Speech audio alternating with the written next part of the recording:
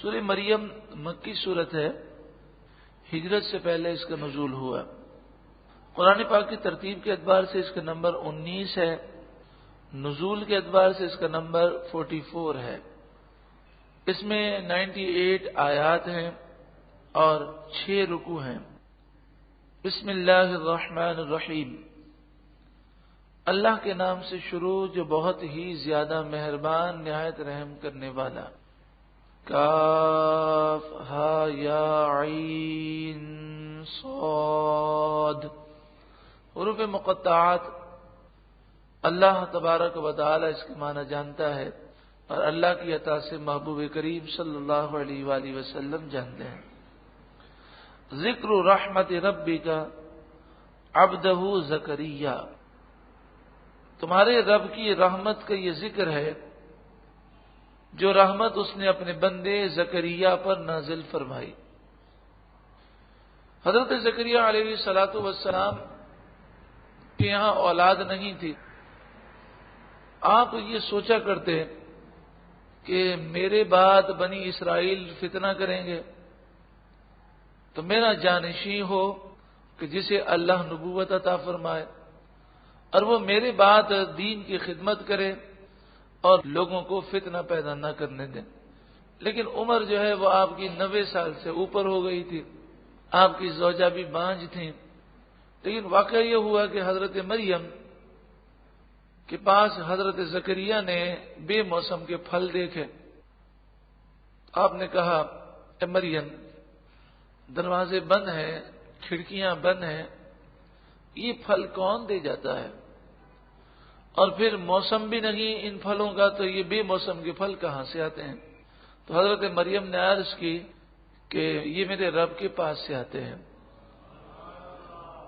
تو آپ کو شوق پیدا ہوا اور ایک جوش اور ولولہ آیا۔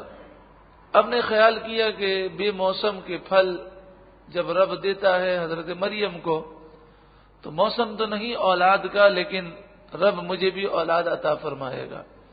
پھر آپ نے دعا کی، اذ نادا ربہ، جب آپ نے اپنے رب کو پکارا، نداء خفیہ، آہستہ پکارا۔ آہستہ پکارنے کی وجہ یہ تھی، ایک وجہ تو مفسرین نے یہ بیان کی کیونکہ آپ 90 یا 100 سال کی عمر میں اولاد کی دعا کر رہے تھے، تو یہ دعا اگر کوئی سن لیتا تو اسے بڑا تعجب ہوتا کہ اس عمر میں اولاد کی دعا کر رہے ہیں، تو اس لیے آپ نے آہستہ پکارا۔ دوسری وجہ یہ تھی کہ جو دعائیں آہستہ کی جاتی ہیں وہ زیادہ قبول ہوتی ہیں، تنہائی میں، اکیلے میں، آہستہ، جس طرح کوئی انسان سرگوشی کرتا ہے تو ایسی دعائیں رب کی بارگاہ میں زیادہ قبول ہوتی ہیں، تو اس لیے آپ نے آہستہ دعائیں کی۔ یہ ٹھیک ہے کہ جب مجمع میں دعا ہوتی ہے تو کسی ایک کی آمین کے صدقے میں سب کی دعا قبول ہو جاتی ہے، لیکن اس کے علاوہ بھی ہمیں چاہیے کہ کبھی تنہائی میں بیٹھ کر دعا کریں اور اس طرح دعا کریں کہ بس ہم جانیں اور ہمارا رب جانے، تو وہ دعائیں بڑی مقبول ہیں۔ قال ربی، عرض کی اے میرے رب، انی وہن العظم منی، بے شک میری ہڈیاں کمزور ہو گئیں، واشتعل الرأس شیبا، اور میرے سر پر بڑھاپے کا شعلہ چمکا، یعنی بال سفید ہو گئے، ولم اکن بدعائک رب شقیا، اے میرے رب میں تجھ سے مانگ کر کبھی نامراد نہیں ہوا، وانی خفت الموالی من ورائی، اور بے شک میں اپنے قریبی رشتہ داروں سے ڈرتا ہوں اپنے بعد کہ کہیں وہ دین میں کوئی فتنہ پیدا نہ کریں، وَكَانَتِ امْرَأَتِي عَاقِرًا، اور میری بیوی بانجھ ہے، فَهَبْ لِي مِن لَّدُنْكَ وَلِيًّا، تو اپنے کرم سے مجھے میرا وارث عطا فرما، ایسا عطا فرما جو میرا کام اٹھا لے، یرثنی، جو میرا جانشین ہو، وَيَرِثُ مِنْ آلِ یعقوب، اور وہ بنی اسرائیل کا جانشین ہو، وَاجْعَلْهُ رَبِّ رَضِيًّا، اے میرے رب اسے پسندیدہ بنانا، ایسا بیٹا عطا فرما جو نیک اور صالح ہو۔ جب بھی یادگار رمضان میں حضرت زکریا علیہ السلام کا واقعہ ذکر کیا جاتا ہے تو پھر ہم یہاں پر یہ عرض کرتے ہیں کہ آپ جو بے اولاد لوگ ہیں انہیں چاہیے کہ وہ جس طرح حضرت زکریا نے دعا کی اور عرض کی کہ اے مالک و مولا تو مجھے میرا وارث عطا فرما، اسی طرح تیسرے پارے میں ربی حبلی من لدنک ذریۃ طیبہ، اے اللہ مجھے پاکیزہ اولاد عطا فرما، تو یہ دعا انہیں کرنی چاہیے۔ تو یہ واقعہ آپ کی خدمت میں پہلے بھی عرض کیا تھا کہ ایک بھائی کے یہاں اولاد نہیں تھی کافی سالوں سے، تو انہوں نے اپنے گھر میں جا کر یہ واقعہ سنایا اور پھر الحمدللہ دعا کی، اللہ تبارک و تعالی نے انہیں اولاد عطا فرمائی۔ جب ان کے یہاں اولاد ہوئی تو انہوں نے پھر کسی اور کو سنایا، تو وہ جس نے سنا اس نے سن کر اسی وقت دعا کی تو اللہ تبارک و تعالی نے اسے بھی اولاد عطا فرمائی۔ اس واقعے میں جو میں جس نتیجے پہ پہنچا وہ یہ کہ وہ جو بھائی تھا بڑا سمجھدار تھا، اس نے اپنی زوجہ کو پہلے ہی پورا واقعہ سنایا اور واقعہ سنا کر اس کے دل میں یقین کو پیدا کیا کہ اللہ تعالیٰ ہر چاہت پر قادر ہے، کیونکہ جو دعا یقین سے کی جاتی ہے وہ جلد قبول ہوتی ہے۔ تو ہم اگر کسی بھی معاملے میں دعا کریں تو اس بات کا یقین ہونا چاہیے کہ ہم چاہے کتنے بھی گناہگار ہیں مگر رب کی رحمت بہت بڑی ہے، وہ ضرور کرم فرمائے گا۔ یا زکریا، اے زکریا، انا نبشرک بغلام، بے شک ہم آپ کو خوشخبری دیتے ہیں ایک بیٹے کی۔ غلام جو ہے وہ بیٹے کو بھی اور بچے کو بھی کہتے ہیں۔ اسمہ یحییٰ، اس کا نام یحییٰ ہے۔ لم نجعل له من قبل سمیہ، ہم نے اس سے پہلے کسی کا نام یہ نہیں رکھا، یعنی یحییٰ علیہ السلام سے پہلے کسی کا نام یحییٰ کبھی نہیں ہوا۔ قال رب انا یکون لی غلام، عرض کی ہے میرے رب میرے یہاں بیٹا کیسے ہوگا؟ سوال یہ ہے کہ دعا خود ہی مانگی، اب جب بشارت دی گئی تو یہ کیوں کہا کہ میرے یہاں کیسے ہوگا؟ مراد ان کی یہ تھی کہ مالک و مولا کیا مجھے دوبارہ جوانی ملے گی، پھر بیٹا ہوگا، یا اسی حال میں تو بیٹا عطا فرمائے گا؟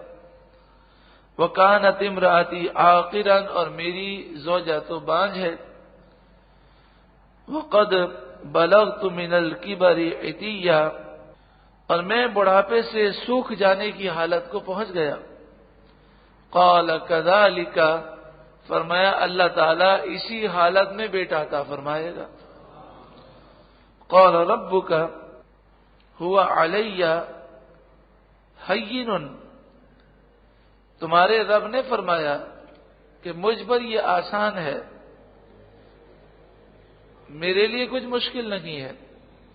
وَقَدْ خَلَقْتُكَ مِنْ قَبْلُ وَلَمْ تَكُ شَيْئًا، اور میں نے تمہیں بھی تو پہلے اس سے پہلے پیدا کیا جب آپ کوئی چیز ہی نہ تھے، تو جب آپ کو ہم نے پیدا کیا تو اسی طرح آپ کے بیٹے کو بھی پیدا کریں گے۔ قال رب اجعل لی آیہ، عرض کی اے میرے رب میرے لیے کوئی نشانی مقرر فرما۔ یہ نشانی آپ نے کیوں مانگی؟ تاکہ آپ اللہ کی بارگاہ میں شکر ادا کریں۔ اور نشانی کس بات کی مانگی تھی؟ جب میری زوجہ حاملہ ہو تو حاملہ ہوتے ہی مجھے پتہ چل جائے، اس میں ایک سیکنڈ کی بھی تاخیر نہ ہو، تاکہ میں فوراً اللہ کا شکر ادا کروں۔ قال آیتک، فرمایا آپ کی نشانی یہ ہے اللہ تکلم الناس ثلاث لیال سویہ، تندرست ہونے کے باوجود آپ لوگوں سے 3 دن تک کلام نہیں کر سکیں گے، اللہ کی عبادت کر سکیں گے، ذکر کر سکیں گے، لیکن جب لوگوں سے کلام کرنے جائیں گے تو زبان رک جائے گی۔ تو جیسے ہی زبان آپ کی رک جائے لوگوں سے کلام کرنے میں آپ سمجھ جائیے گا، پھر آپ خوب شکر ادا کریں۔ ایک دن ایسا ہوا کہ حضرت زکریا اپنے عبادت کے کمرے میں عبادت کر رہے تھے۔ قرآن میں لفظ محراب ہے، لیکن آج کل جو محراب بنائی جاتی ہے مسجد میں امام صاحب کے کھڑے ہونے کی جگہ کو قرآن میں وہ محراب مراد نہیں ہے. یہ جو امام صاحب کے کھڑے ہونے کی جگہ بنائی جاتی ہے یہ تو نہ حضور کے دور میں تھی نہ صحابہ کرام کے دور میں تھی. نہ حضور نے اسے بنایا نہ صحابہ کرام نے بنایا. یعنی یہ جو شکل ہے یہ تو ٹھیک ہے. عقید جہاں صلی اللہ علیہ وآلہ وسلم جس جگہ پر کھڑے ہو کر نماز پڑھتے تھے وہ جگہ آج بھی محفوظ ہے. لیکن جو یہ شکل بنائی جاتی ہے جس شکل کی محراب ہے یہ ڈیزائن جو ایجاد ہوا یہ صحابہ کرام کے بعد میں ایجاد ہوا. لیکن چونکہ رسول اللہ نے منع نہیں کیا لہذا یہ کوئی بدعت سیئہ نہیں، اس میں کوئی حرج نہیں ہے. لیکن قرآن میں جو محراب کا ذکر ہے اس سے مراد بیت المقدس کے وہ کمرے ہیں کہ جن کمروں میں اللہ تبارک و تعالی کی عبادت اللہ کے نیک بندے کیا کرتے تھے. فخرج علی قومہ من المحراب، تو عبادت کے کمرے سے آپ نکلے اپنی قوم کی طرف وعظ و نصیحت کے لیے، گفتگو کے لیے، لیکن آپ کی زبان وہ نہ چلی. تو آپ فوراً سمجھ گئے کہ وہ وقت آ گیا. فَأَوْحَىٰ إِلَيْهِمْ أَن سَبِّحُوا بُكْرَةً وَعَشِيًّا، تو آپ نے انہیں اشارے سے کہا کہ صبح و شام اللہ کی تسبیح بیان کرو. اور 3 دن تک آپ محراب میں پھر اللہ کا شکر ادا کرتے رہے. کتنا پیارا انداز ہے کہ نعمت ملے تو اللہ کا شکر ادا کریں اور فوراً ادا کریں. ہمارے یہاں پر تو جتنی نعمتیں ملتی ہیں اتنی ناشکری زیادہ ہوتی ہے، اتنے گناہ زیادہ ہوتے ہیں. یا یحییٰ خذ الکتاب بقوہ، اے یحییٰ کتاب کو مضبوطی سے تھامو. وآتیناہ الحکم صبیہ، ہم نے انہیں بچپن ہی میں نبوت عطا فرمائی. وحنانا من لدنا وزکاۃ، اور ہم نے اپنی طرف سے انہیں مہربانی اور ستھرائی عطا فرمائی. یہاں پر زکاتن کے معنی ستھرائی ہے، پاکیزگی ہے. وکان تقیا، اور وہ بہت زیادہ اللہ سے ڈرنے والے تھے. وبرم بوالدیہ، وہ اپنے ماں باپ سے اچھا سلوک کرنے والے تھے. لیکن نبی کا مقام کتنا بلند و بالا ہے. تو نبی کی شان کا ذکر ہے اور اس میں یہ ذکر کیا جا رہا ہے کہ وہ اپنے ماں باپ کے ساتھ اچھا سلوک کرنے والے تھے. جب نبی کے لیے ضروری ہے کہ وہ اپنے ماں باپ سے اچھا سلوک کرے تو ہر آدمی اس پر غور کرے کہ ماں باپ کے ساتھ اچھا سلوک کرنا کتنا ضروری ہے. وَلَمْ يَكُنْ جَبَّارًا عَصِيًّا، وہ ظلم کرنے والے اور ماں باپ کے نافرمان نہ تھے. وَسَلَامٌ عَلَيْهِ يَوْمَ وُلِدَ، سلام ہو حضرت یحییٰ پر جس دن وہ پیدا ہوئے. وَيَوْمَ يَمُوتُ، اور جس دن وہ انتقال کریں گے.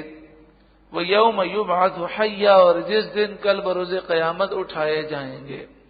3 وقتوں کا ذکر ہے، یوم پیدائش، یوم وصال اور قیامت کے دن اٹھنا. آپ اہل سنت و جماعت کے معمولات دیکھیں، وہ بزرگان دین کے دونوں وقتوں کا ذکر کرتے ہیں. یوم ولادت کا بھی ذکر کرتے ہیں اور یوم وصال کا بھی ذکر کرتے ہیں. اور قرآن نے ان دونوں وقتوں کو بھی بیان کیا. اور تیسرا وقت وہ ہے کل بروز قیامت اٹھنا. تو اہل سنت و جماعت کل بروز قیامت میں بھی انبیاء کی شان کا ذکر کرتے ہیں. تو یہ 3 اوقات ہیں کہ جن کو یاد کیا جاتا ہے.